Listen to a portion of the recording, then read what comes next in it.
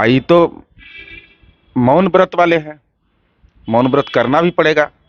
2024 का चुनाव है, तो कर्म के आधार पर तो कुछ है नहीं। बक्सर की जनता की सेवा के लिए तो कोई आपके पास प्रमाण पत्र है नहीं।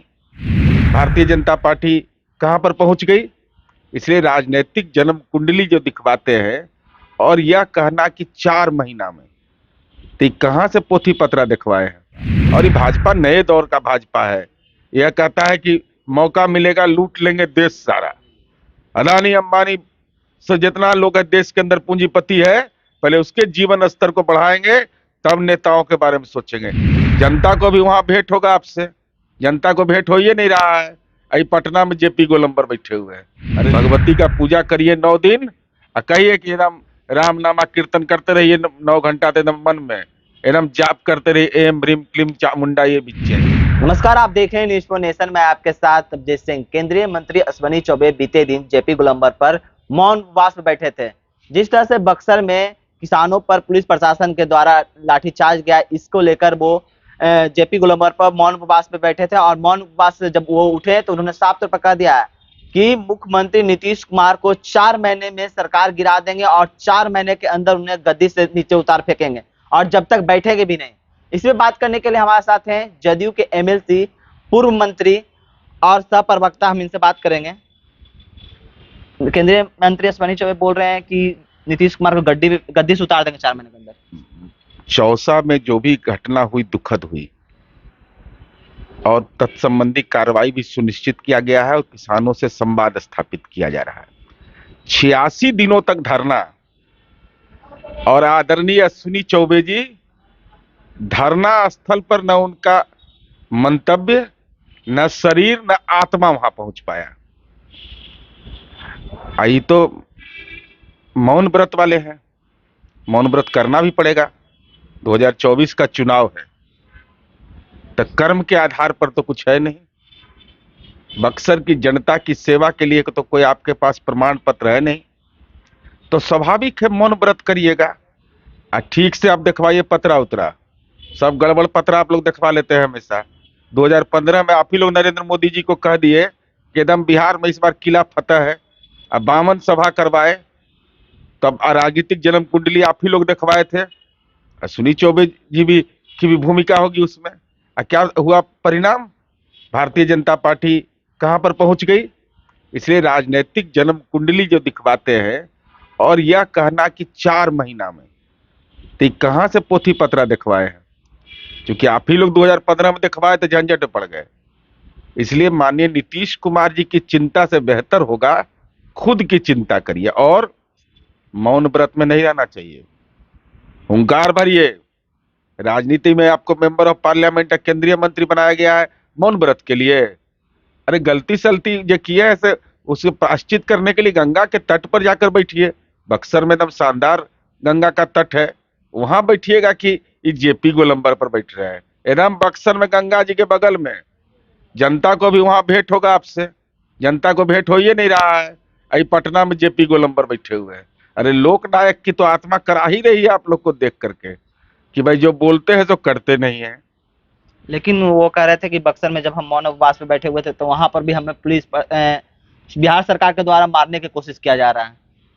अच्छा ये बताइए, हम हैं विधायक, हम कह दें कि हमको खतरा है तो जनता तो हर के मर जाएगी ना। आपको एस्कॉर्ट मिला हुआ है, फोर्स मिला हुआ है, सिक्योरिटी मिला हुआ है, तो आपको डर किस बात का है? इसका मतलब आप राजनीति में मजबूत हृदय के नहीं है। अभी गुप्त नवरात्रा शुरू हो रहा है। माननीय अश्विनी चौबे जी अगर मौन व्रत में रहना है तो 9 दिन रहिए, आत्म साक्षात्कार हो जाएगा। भगवती का पूजा करिए 9 दिन और कहिए कि एकदम राम नामा कीर्तन करते रहिए 9 घंटा तो एकदम मन में एकदम जाप करते रहिए एम ह्रीम क्लीम चामुंडा ये बिच्चे।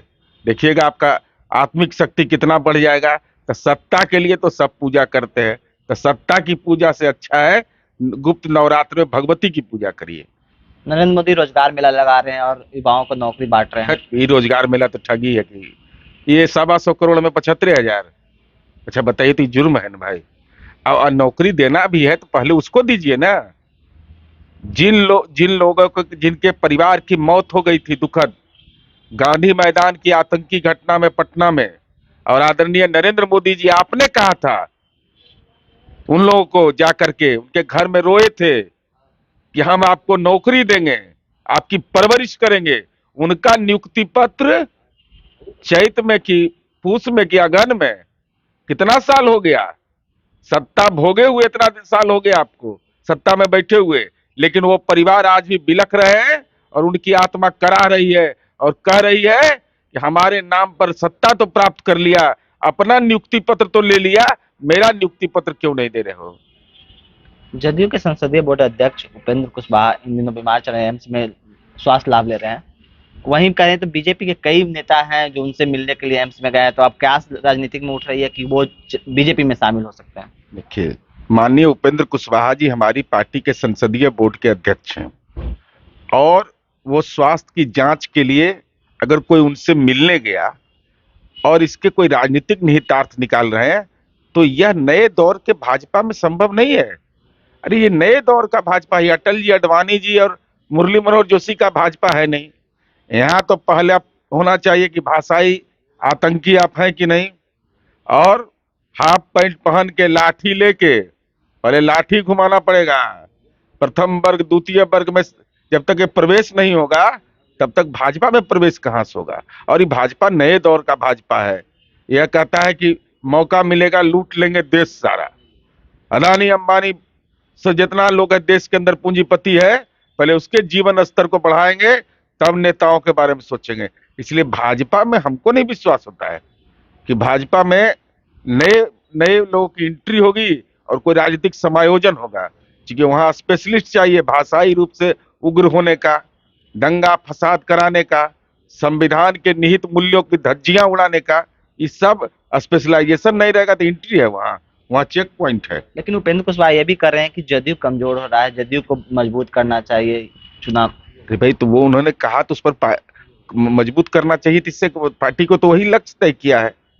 हमारी पार्टी ने यही लक्ष्य तय किया है कि 2010 की स्थिति में हम विधानमंडल में आना चाहते हैं, तो हम अपना काम कर रहे हैं।